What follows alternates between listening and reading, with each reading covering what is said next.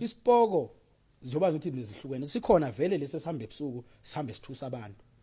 sibathusa njani abantu leso sipoko leso kuyenzeka umuntu bamthebule isikhathi sakhe singakafiki bese bayahluleka ukumanager labamthebula khona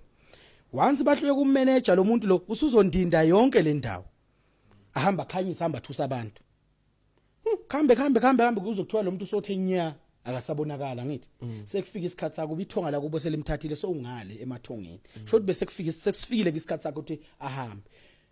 ingakho ngithi wena ukuze mina ungisebenzele ufuna ngikuthatha usenje nguthatha nje ngeaccident isuka nje imoto ishelele lingene ematakini ungalimali nokulimala nje ufika ithi gcu utholakala ukuthi ushonile awukalimala unamiyocu ngikuthathile ke mina manje sengihleli nawe la sengiyakushuna ke manje ngiyakubethela kahle yonke izinto ukuthi wena manje la ekhaya la into ozosebenza la uzoganda imithi ngoba ngiyakubona unamandla angithi uyabona ipurpose yami ukuthi wena uzoganda imithi ngoba ngiyabona ukhuthele unamandla wena ungangandela imithi wena wenza izinto zami zisheshe uyayibona into le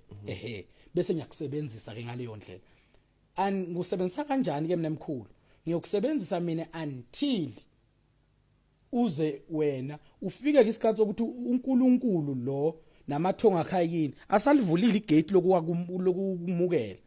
ingakho kuthiwa hey lo muntu ebenemali hey waseyawa hey lo muntu ebenemali lo ngoba besithi masithi hey lo muntu ebeyiphatha imali akayibuyeli ngana yolungisa lento kuhambe lesipoko bebamnike sona sekufika isikhathi so lesipoko sesibiyele emathongeni akubo